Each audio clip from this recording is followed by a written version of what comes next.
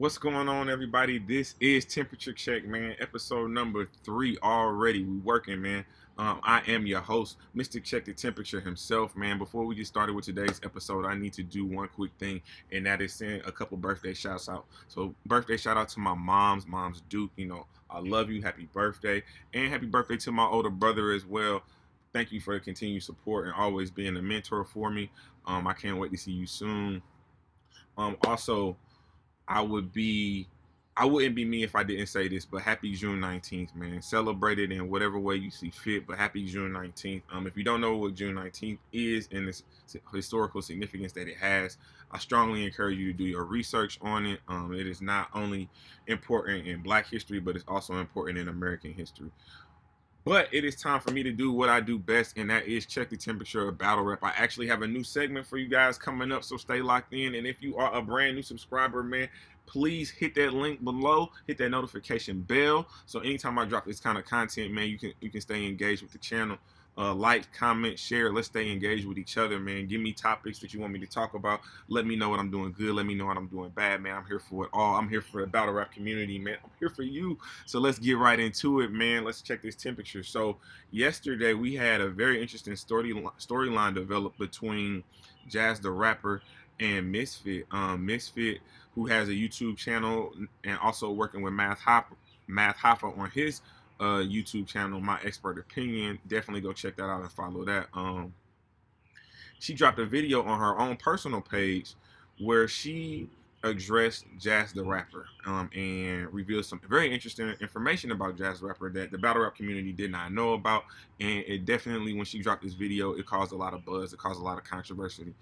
And it kind of put her in a position I don't think she ultimately wanted to be in. But we'll get back into that later as the story kind of unfolds. Just sit down, have a seat, relax, and I'll let you know what's going on.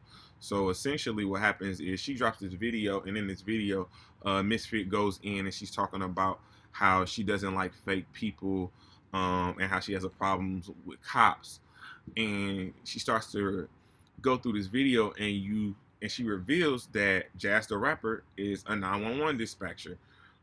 Now, the way she presents this angle, phenomenal. I mean, she really beat down the angle and made you play to your mental thoughts about your actual take on Jazz the Rapper possibly being in the criminal justice system to an extent.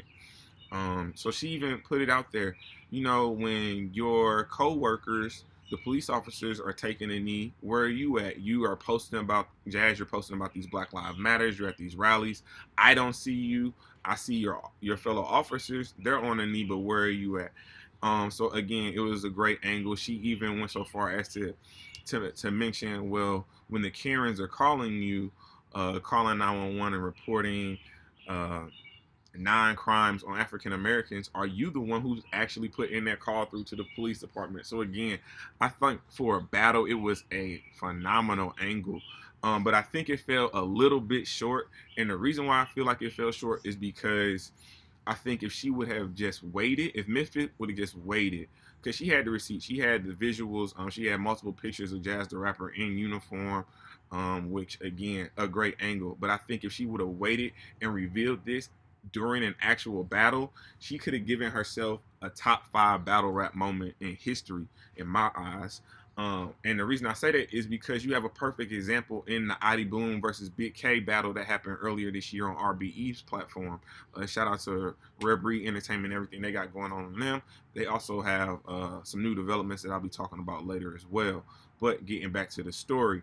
So with the Adi Boom and Big K situation, Adi Boom was a famous battle rapper who ended up going to jail for armed robbery, who had just been recently released, and Big K was his first battle. So obviously high anticipation. Adi Boom really playing on the narrative that he's been to jail and he's a gangster and this and that.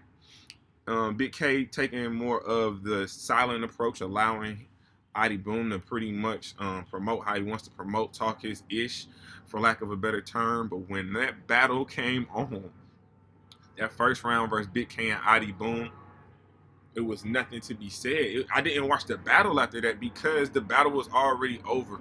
Big K revealed to the battle rap community allegedly that Adi Boom was an informant on his case and actually testified against his co-defendants in order to get a lesser sentence. This was a big thing in the battle rap community. So Misfit had an opportunity like that to create a moment like that.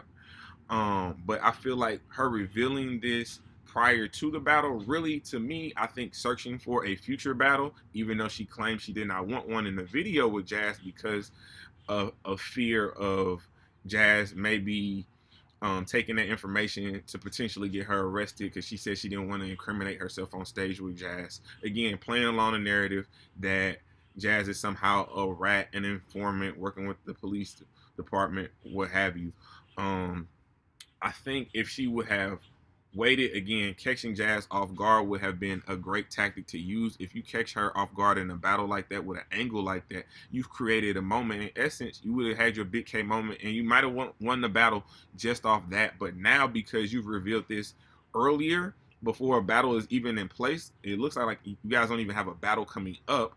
But just you revealing this to try to get a battle, I think that you gave Jazz the opportunity to rebuttal. Now she can have an angle to rebuttal. She knows that at least one of your rounds or majority of the battle is going to be you trying to portray her as being a snitch or an informant or working with the police department. She can now again counteract that.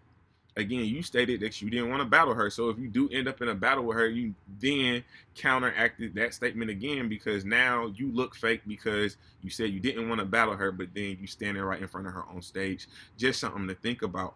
Also, something to think about to you battle rappers when you out promoting and you talking your ish, that's great. Especially in the political climate you're in, understand the internet is undefeated. So Misfit, she went ahead again, called Jazz the rapper out for not being at these Black Lives Matters, not being in the community. She's saying she's in the streets, Jazz isn't. Well, Official, who is Jazz the rapper's best friend and also a major role in the Bardashians, a battle rap group between Jazz the rapper and Official, she decided to jump in and defend her friend. And so what she did, she had receipts of screenshots of a conversation that Misfit had back in February where she was getting into an argument with someone on Twitter and she used the words "you people" in referring to blacks being killed in America. Obviously, with the racial undertones of that, it could easily be taken out of context. But Official even went even further to reveal that she again reiterated "you people" and I'm not the one killing my people. So you separated yourself from the Black Lives Matter in that conversation, but then you're calling people out for not supporting the Black Lives Matter. Again, I think this is a situation where battle rap is kind of crossed over into real life for Misfit, and now she's really taking a lot of heat from the battle rap community because now people are calling her out for her and Cortez saying the N-word during battles, her allegedly making these racist allegations, and so it's all bad for Misfit right now. I think she did a good job with obviously putting her name out there. I'm pretty sure that video probably has a couple thousand views already, but in the long term, again, you can win a round, you can even win a battle with that, but you're not gonna get that top 5 moment in battle rap history, which I think she really could have had in that moment. So just going on, with the new segment for today, man. So I have created a 90-second quick bites. I'm just gonna highlight quick things that's going on in battle rap right now that I think I want to make sure that you're aware of, and maybe some things I'm even thinking about getting into. So I got my phone here already set for 90 seconds, and we're gonna go ahead and time this out. Starting now. Okay, my quick bites. NOME X is coming up July 11th. If you don't know what NOME is, Night of Main Events.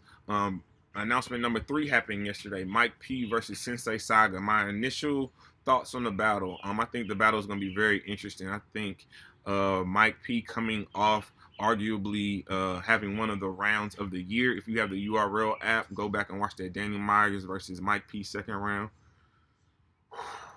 He talked to that man. So, and then you have Sensei Saga, who is a very strong battler coming up. Had a very, very strong 2019 campaign. Definitely 2020 was looking strong. Had kind of like a underwhelming battle against Cortez earlier, but I like the battle. I think it's going to be very interesting. NOME X, I think it could be potentially one of the battles of the night, a sleeper pick. Also, you have the face-off tonight with Twerk and Swamp.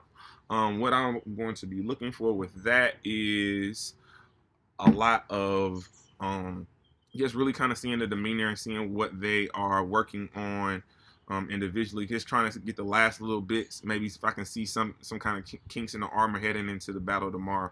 Potential recaps for me will be Real Sick and Chaos. Please go check that battle out on the URL. That is a hard recap. And then